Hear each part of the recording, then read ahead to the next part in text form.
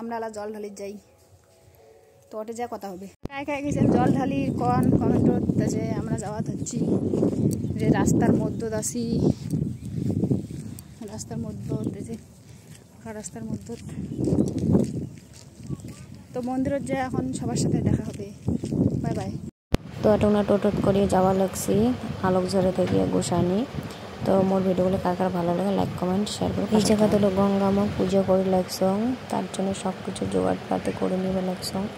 এক এক করে যা কিছু লাগে গঙ্গামা পুজো করিয়া তারপর চান করিয়া জল দিব।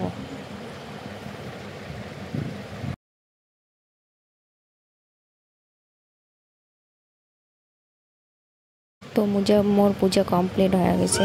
এটা হচ্ছে মন্দিরে যে এটা পুজো কমপ্লিট করার পরে না ঘুরে বেড়ে লাগছে।